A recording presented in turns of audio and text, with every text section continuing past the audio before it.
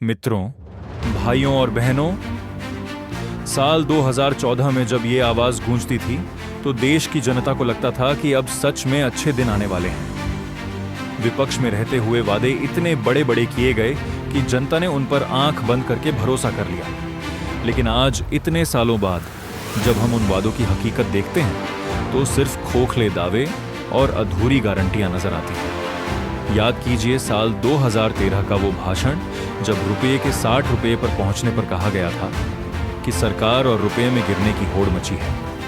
वादा था रुपये को मजबूत करने का और महंगाई को कम करने का। लेकिन आज हकीकत क्या है? डॉलर के मुकाबले भारतीय रुपया आज इतिहास के सबसे निचले स्तर पर है, जो 85 पार करके अब 100 रुपये की तरफ बढ़ रहा है। महंगाई कम होना तो दूर, पेट्रोल डीजल से लेकर खाने पीने की चीजों पर टैक्स लगाकर आम आदमी की कमर तोड़ दी गई है।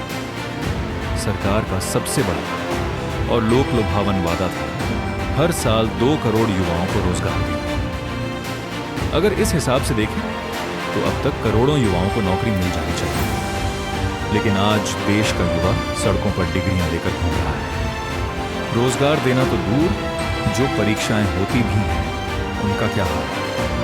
इस सरकार की सबसे बड़ी नाकामी बन चुकी है पेपर लीक की महामारी। चाहे नीट परीक्षा हो, पुलिस भर्ती हो या रेलवे की परीक्षाएं, युवाओं के सालों की मेहनत पर एक झटके में पानी फिर जाता है। पेपर लीक माफिया खुलेआम घूम रहे हैं और सरकार केवल जांच का भरोसा देती है। देश का युवा डिप्रेशन में है, लेकिन सरकार के पास रोजगार और पेपर लीक पर कोई ठोस जवाब नहीं है। वादा तो यह भी था कि साल 2022 तक देश के किसानों की आय दोगुनी कर दी जाएगी। लेकिन आय दोगुनी होना तो दूर, अपनी फसलों के सही दाम यानी एमएसपी के लिए किसानों को सालों तक दिल्ली की सीमाओं पर कड़कती ठंड और धूप में बैठना पड़ा। सैकड़ों किसानों की जान चली गई, लेकिन सरकार ने अपना वादा पूरा नहीं किया। अब सवाल यह उठता है कि जब रोजगार, महंगाई, पेपर लीक और किसानों के मुद्दों पर सरकार पूरी तरह फेल हो जाती है, तब जनता को क्या दिखाया जाता है? तब राजनीति का रुख मोड़ दिया जाता है भावुक मुद्दों की तरफ।